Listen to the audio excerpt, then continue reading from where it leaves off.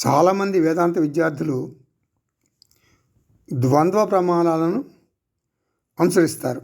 అంటే double standards అన్నమాట.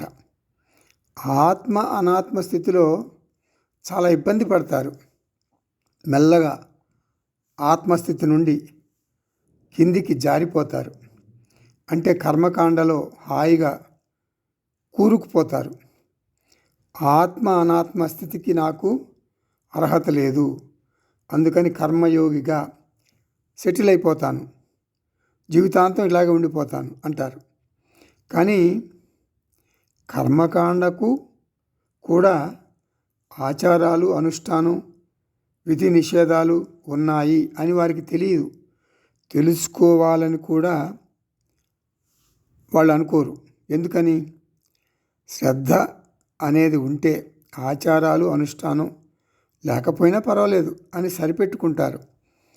మరి అదే శ్రద్ధను ఇక్కడ కూడా, అంటే జ్ఞానకాండలో కూడా, అంటే వేదాంత శ్రవణ మనన నిధిధ్యాసనల పట్ల చూపించమంటున్నాడు అష్టావక్ర మహర్షి.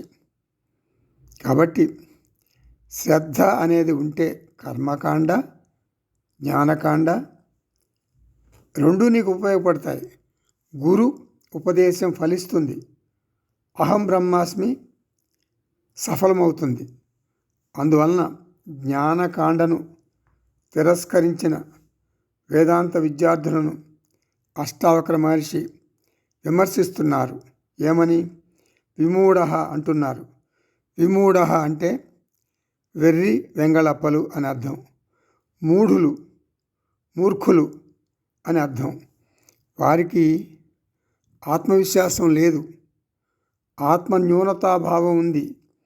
నేను ఎల్కేజీ స్టూడెంట్ని అని పిచ్చి పిచ్చి మాటలు మాట్లాడతారు.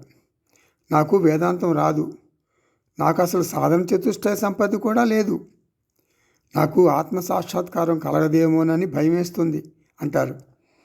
నేనే ఆత్మనైతే నాకు ఆత్మ సాక్షాత్కారం కలిగేది ఏముంటుంది? అసలు ఆత్మ సాక్షాత్కారం అనేది అర్థం లేని మాట అంటారు అష్టావక్ర మహర్షి.